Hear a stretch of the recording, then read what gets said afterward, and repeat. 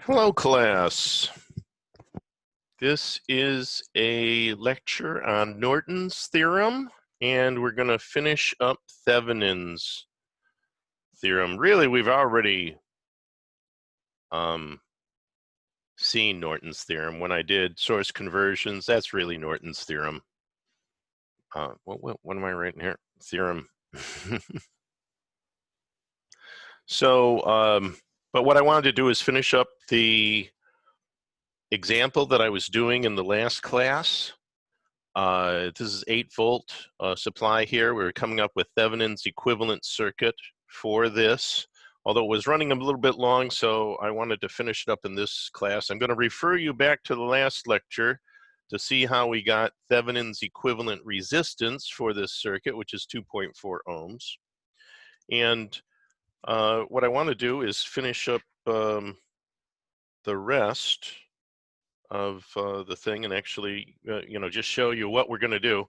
Because what I'm going to do is sort of go back through here from looking at this circuit without this in here, because A and B, and of course that resistor is gone now.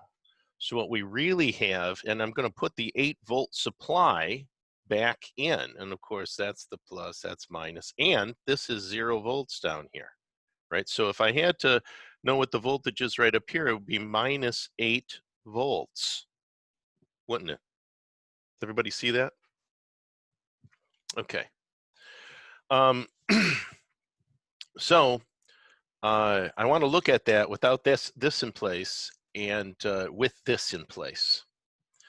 So I've got a 6 ohm resistor, and then I'm going to go to A and B. And what I really want to point out here to everybody in class is that A and B is an open circuit. Remember? Remember that, right? No current is going to be flowing through there because it is an open circuit. Now when we get to Norton's equation, that's going to be different, but let's not get ahead of ourselves. So now we have our 8-volt power supply, voltage source, I should say. And then I've got another 2 ohm resistor out here. Let me just put my resistor values in there so that we can see what we're doing. And 6 ohm down here. So we've got an 8-volt supply voltage right there. What we've got to do is we've got to look at where the current is flowing, right? So the current's going to be flowing out of that 8. If we're looking at, regular current, out of the positive into the negative, it's going to be flowing out of here. And then where would it flow at this node? Well, at this node, it could either flow up here and around here, right? And back into the power supply, or it could flow this way back into the power supply. Does everybody see that? Right? I forgot to draw, the fact this is grounded down here. Right? So that's where, this is just really telling us where our reference voltage is. It's not telling us where our current is going to be flowing. Our current is going to be flowing in this direction, right? Back into the power supply. This is where the positive is. This is where the negative is. That's the driving force of that circuit, and that is how the current is flowing. So if the current is flowing through the 2 ohm, I could really redraw this, couldn't I? Because I could say that this really is this power supply, and that power supply has then 2 different paths that it can get back to the source, doesn't it? It's got this path, which is a 2 ohm path. And then it's also got a 6 plus 4 path. And let's just gang those together. We know that we can because it's a series resistor, and say that that is 10 ohms, right? So what we really have is a 10 ohm and a 2 ohm parallel resistor network. Let's just do that. Let's find out what the, oh, wait a second. I've got, yep, this would be, so what we've got to do is find out what the current is through both of these two pathways. Actually, we don't have to find out what the current is through both of the two pathways because we're only trying to find out what it is here. So if we just find out what it is through this pathway here, which is going to be the less of the two, then we can just multiply that by the 6 ohms, and we can find out what the voltage is, the voltage difference between B right here, which we know is going to be 0 volts. V of B equals 0 volts. And then if we find out what the current is, let me just draw the current through, well, I already have. But if we find out what this current this way is, then we can find out what I have to multiply by 6 ohms. So like I say, we've got 10 ohms going one way, and we've got this going the other way. So I've got 1/6 of the current going this way. Is that right? Let's just figure out what that is.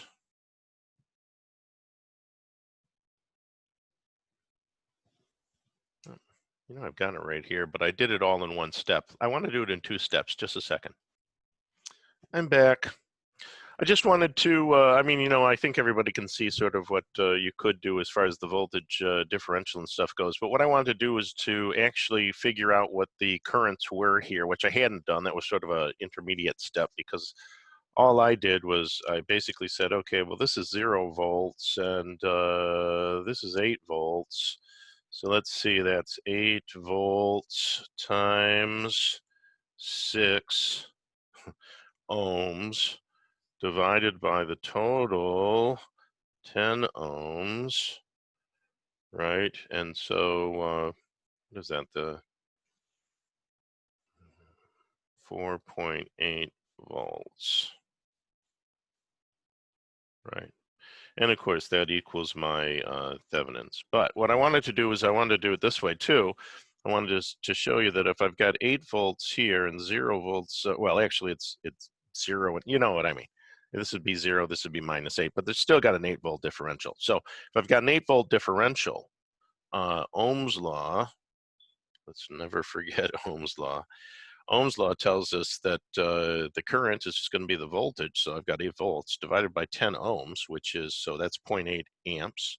And then if you looked at the other side, this would be going still through 8 volts too, and it's going over 2 ohms. So that's 4 amps. So the total current that's coming out of that power supply is going to be 4.8 amps.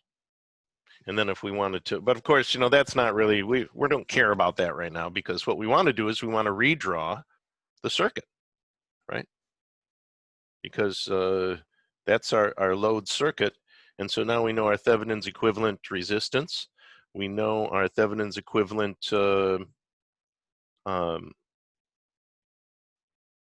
voltage. So I can redraw the circuit for my load resistor.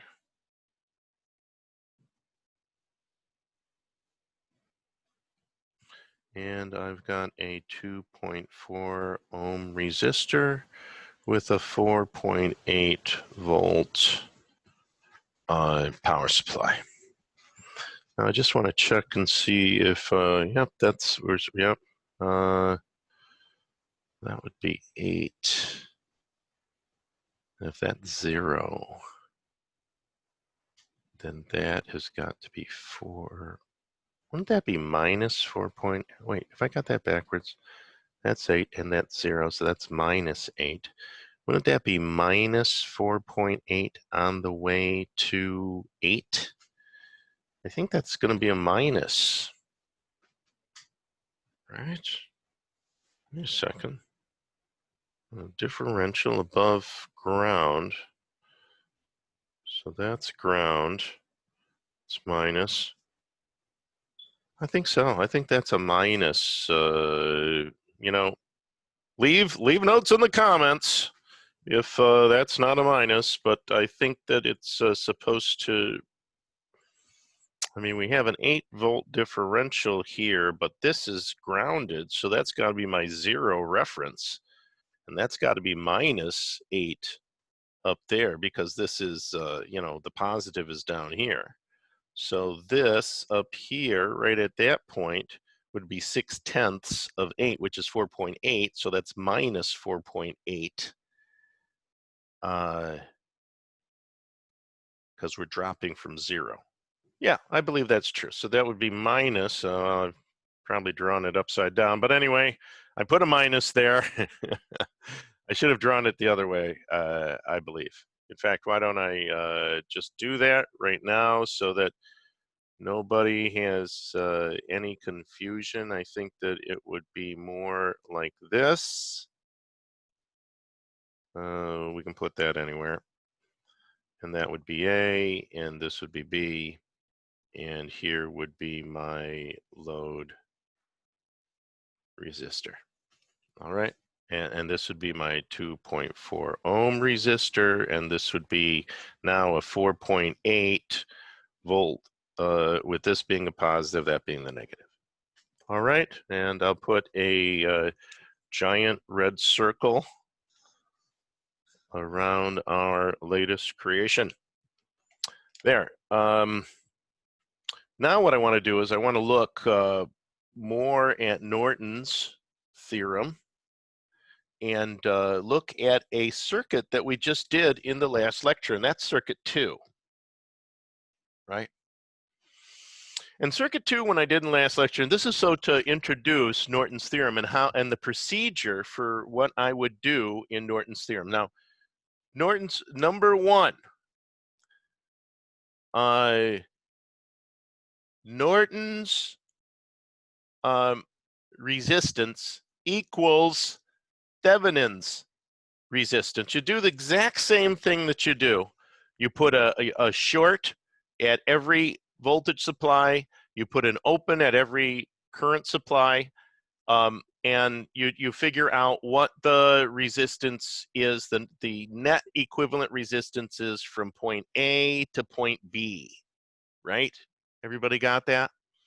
So that's exactly the same. So we do exactly the same thing as we do for Norton's or for Thevenin's equivalent resistance. There is absolutely no difference, and that's what makes Norton's theorem so easy to teach, is because the first part of it is exactly like Thevenin's equivalent circuit. All right, so you do exactly the same thing. Short out the voltage sources. If you have a current source, you leave that open, and then you just figure out what the equivalent resistance between terminal A and terminal B would be, right? So exactly the same. The second part is not the same, right? So number 2 part, I don't want to get it confused with the one above, not the same. Now what I do is I take A and B and I short them. So here's the circuit that I now have. I'm still going to keep the power supply in there. What was that power supply again? Just a second. I think it was 9 volts, wasn't it? Yes, because it was 1 amp. 9 volts. There you go. Positive, negative, as per the convention of DC voltage sources. All right. Now, what I want to do is I'm going to short this out. This is how you do the Nortons, and find the current that's going between there. So let me draw the Norton's circuit, right? Norton's circuit to find out what the Norton's equivalent current supply should be that goes in that. All right, so let's redraw that. I'm just going to redraw it right here. So I've got a 9-volt power supply voltage source. It's coming up into a 3-ohm resistor with another 6-ohm resistor, going the other way. I don't want to use too much room here. And there's my reference ground. But now A, I'll call that A, and B are going to be short-circuited. They're going to be short-circuited, and I want to find out what is the current that's flowing through that short circuit now. What is the current that's flowing through this? And so here's what I'm thinking. Well, it's coming out here, right? Oh, I should have drawn in the value of the other, that's a 6-ohm resistor. I should have drawn in the value of that, and this is a 9, okay, I'll get it, I get there. 9-volt power supply. So we've got the current that's flowing out here. Part of it is going to go back down through here, isn't it? That's a trick question, of course. And then part of it's going to go back down through here. But the real question is, what part is going to go that way, and what part's going to go that way? I hope it's not really a question.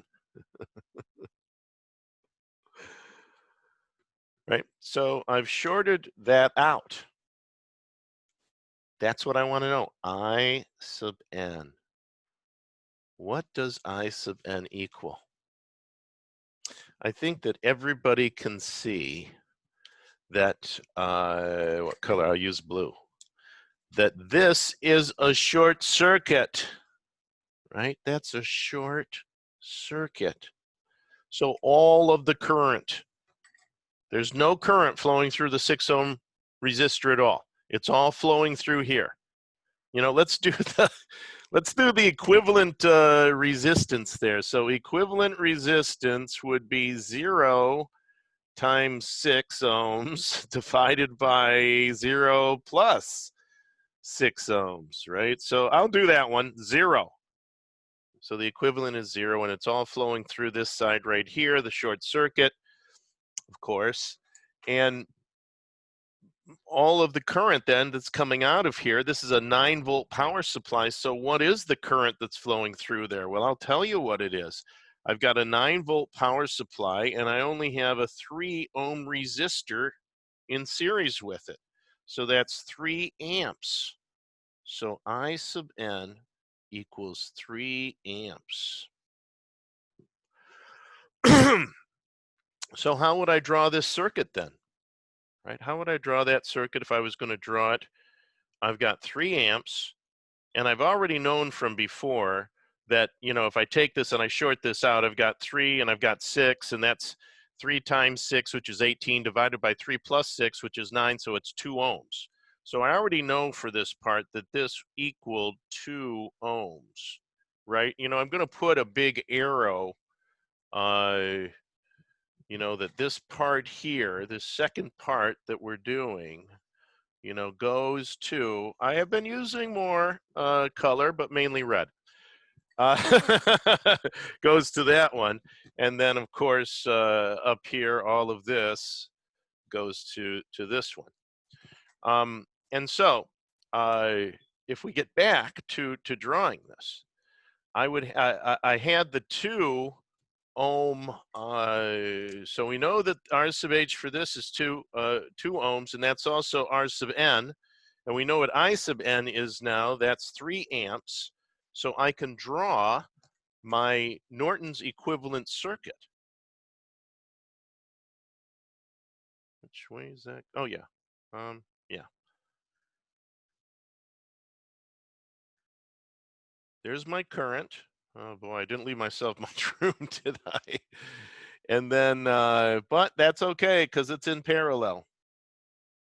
And that's my 2 ohm resistor, and then that is A, and that's B.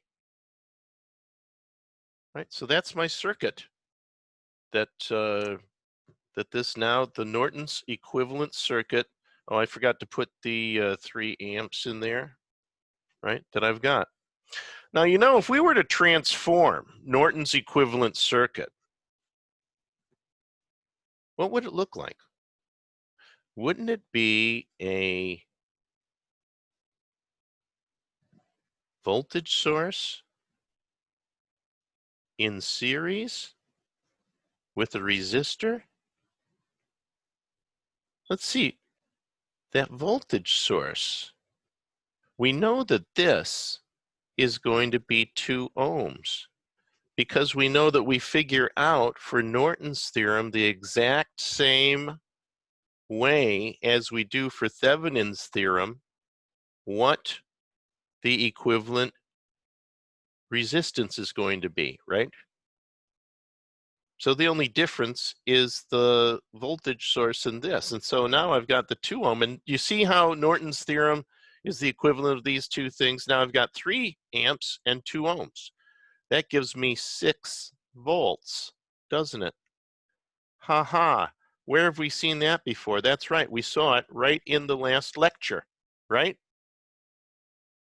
So that's what I'm saying. If you solve for Thevenin's equivalent circuit like we've got here, Thevenin's equivalent circuit that I've got here is going to be, I could easily use Norton's theorem to now change this from a voltage source in series with a resistance to a current source in parallel with the same resistance. Do you see what I mean?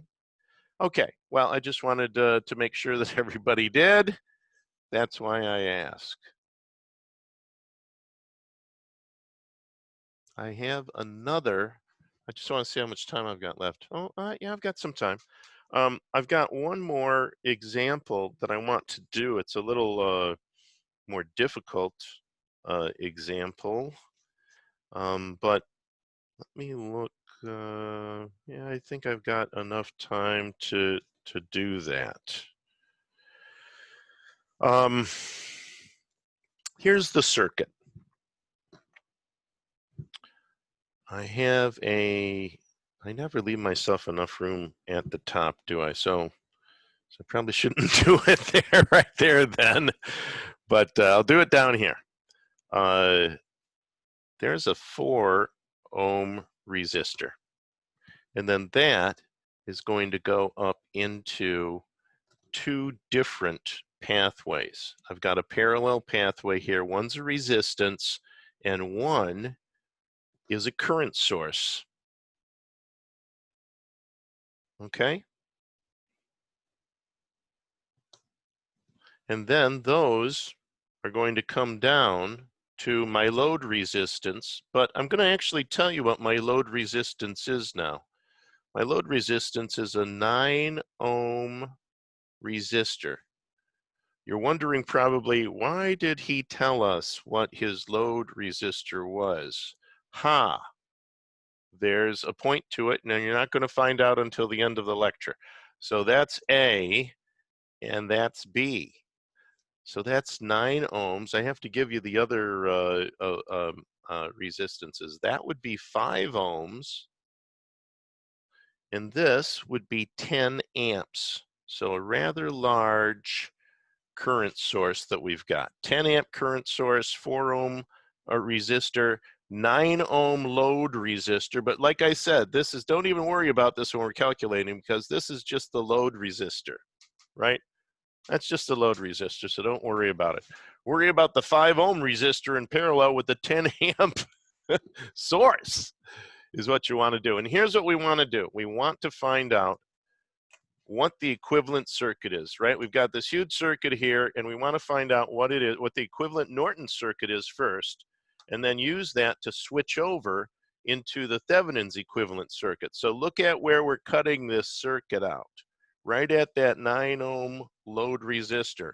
So we don't have to worry about it too much. Well, let's redraw that circuit now from A to B. And what do we do with current sources when we're trying to find out what Norton's equivalent, which is Thevenin's equivalent resistance is? What do? We take all of the voltage sources and make them short circuits, right?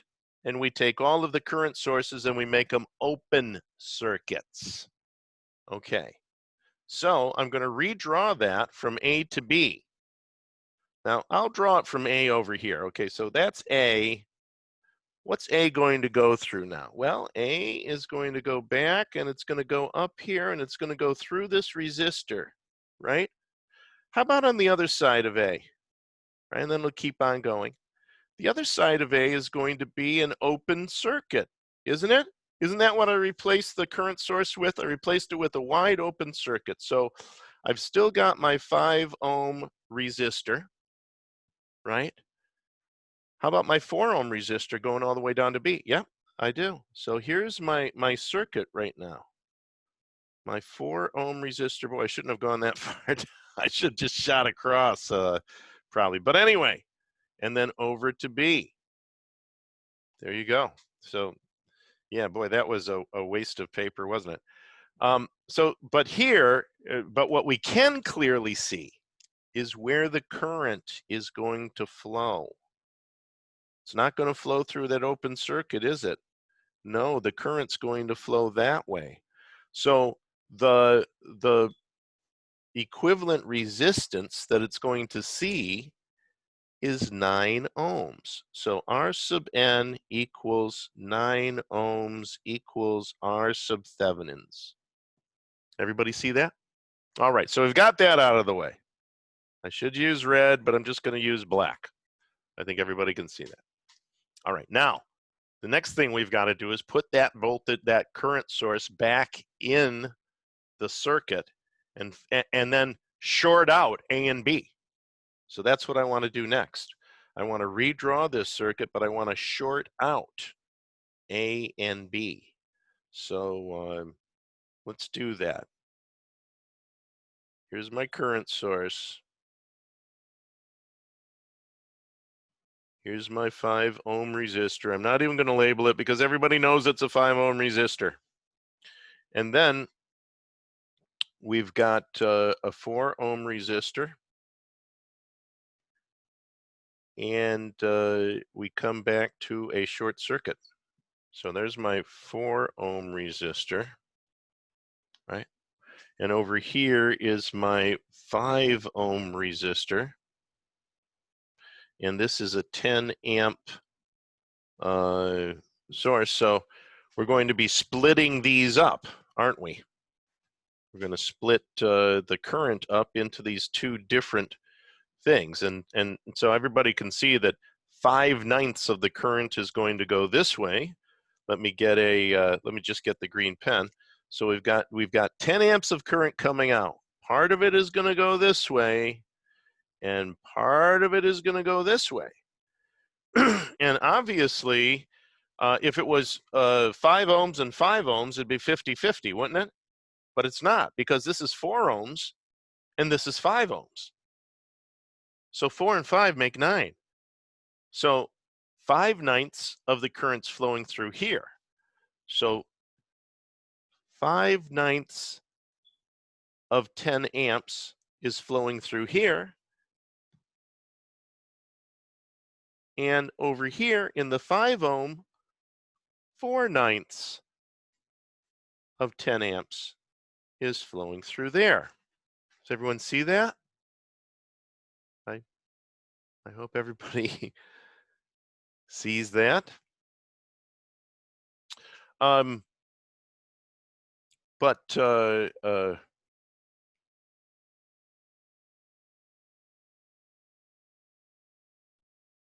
wait a second. So yes, so that's flowing through the 4 amps, and so the 4 amps is 5/9 of 10 amps. I'm sorry, I forgot to do that. I can actually give that to you in number form. 5 times 10 divided by 9, 5.55 or 5.56. So I sub n equals 5.56 amps. All right. So now we have I sub n and we have R sub n. So we can draw this as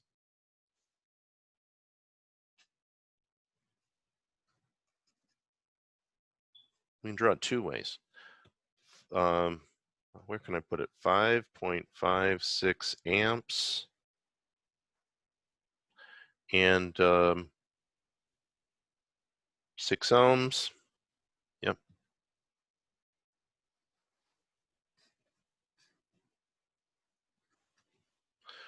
Or let's see. Current phone. Yep. Or we can draw it like this. We can say that it is Thevenin's equivalent circuit.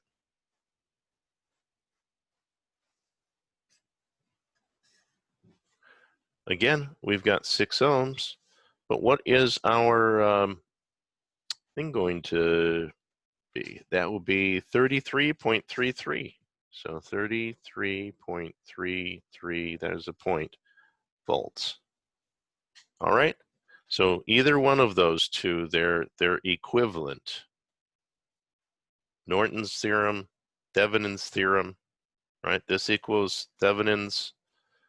This equals Thevenin's voltage, Thevenin's resistance. Of course, Norton's resistance is the same, but of course the current then is going to be different. And so all of this is the same. And in fact, we're right down to the last second. So I think that will do it for this lecture. I'll see you in the next lecture, which is maximum power transfer.